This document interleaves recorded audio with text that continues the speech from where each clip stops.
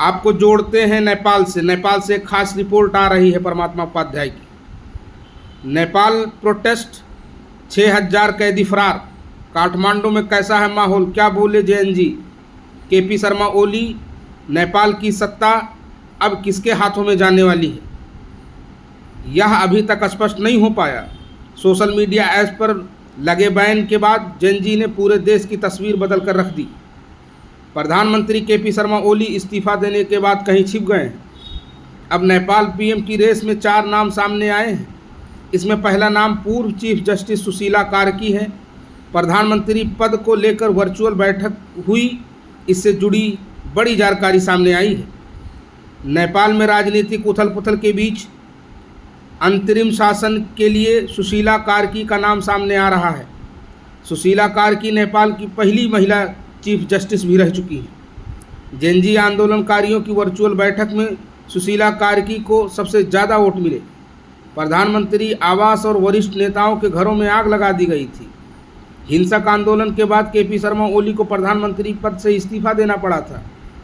अब जेएनजी प्रदर्शनकारी सुशीला कार्की को अंतरिम पीएम व राजनीतिक विज्ञान में स्नातकोत्तर उपाधि प्राप्त की है और 1978 में त्रिभुवन विश्वविद्यालय नेपाल से कानून की डिग्री भी सुशीला कार्की जी ने लिया है। नेपाल का अगला प्रधानमंत्री कौन होगा, इस पर करीब 4 घंटे की एक वर्चुअल मीटिंग हुई। इसमें हजारों जेएनजी के लोगों ने हिस्सा लिया। सुप्रीम कोर्ट बार एसोसिएशन ने मीटिंग के बाद जानकारी देते हुए कहा कि प्रदर्शनकारियों ने सुशीला कार्की के नाम पर सहमति जताई है। वे चाहते हैं कि सुशीला नेपाल की कमान संभाले। प्रधानमंत्री चुने जाने की प्रक्रिया आसान नहीं होगी।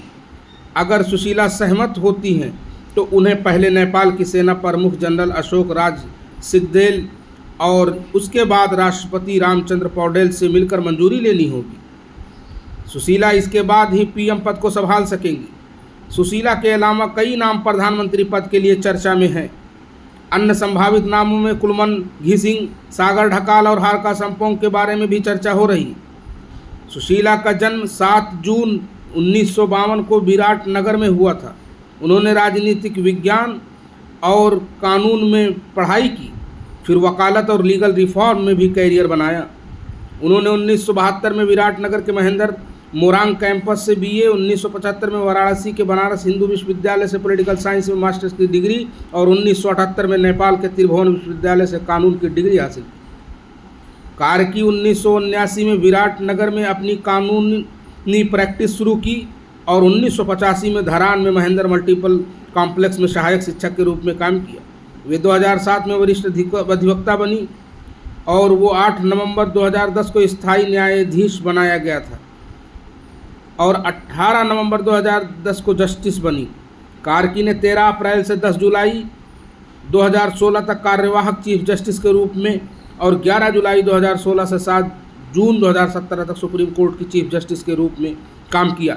ये रहा तो कि सुशीला कार्की के जीवन के बारे में भी आपने जान लिया और सुशीला कार्की को अब हो सकता है कि अंतरिम सरकार का मेन लीडर बनाने के चांसेस दिख रहे हैं। ज़्यादातर चांसेस यही हैं जो परमात्मा उपाध्याय जी की रिपोर्ट आ रही है उसके हिसाब से, कि हो सकता है कि अब जो अंतरिम सरकार नेपाल में बनने जा रही है उसकी जो हेड होंगी वो सुशीला कार्की होंगी, जो नेपाल की पूर्व चीफ जस्टिस रही हैं, जिनका ताल्लुक बीएचयू से भी पढ़ाई से मिलता है। Thank you. आप ऐसे ही लगे रहें, अलग अलग रिपोर्ट हम आपके सामने लाते रहेंगे। Thank you very much.